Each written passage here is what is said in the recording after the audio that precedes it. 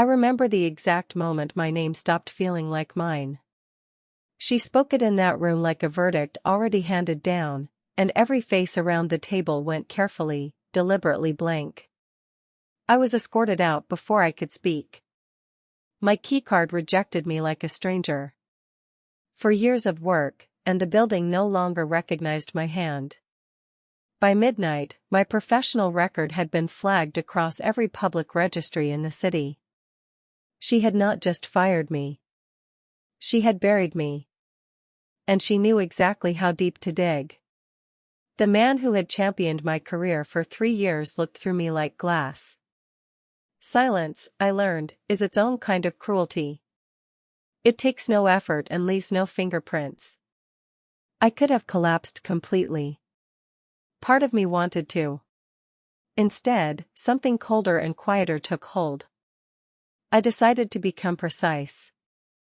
I decided to become undeniable. The truth was never missing. It had simply been buried under her version of it. Every original file I had backed up, every time-stamped revision, every communication became a quiet brick in a wall she could not tear down. She was the first person in months to ask how I actually was instead of how I appeared. I did not realize how exhausting it had been to carry the performance of being fine until someone gave me permission to stop. They said exonerated like it was a gift.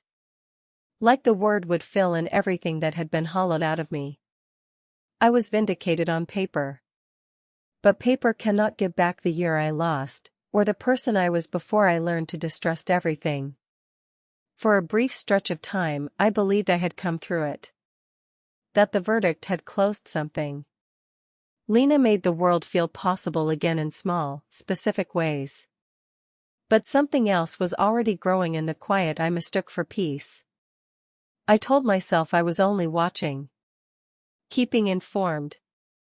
That is what I told myself. But I was spending hours on it. Mapping her movements. Learning her new vulnerabilities. Calling it awareness when it was already obsession.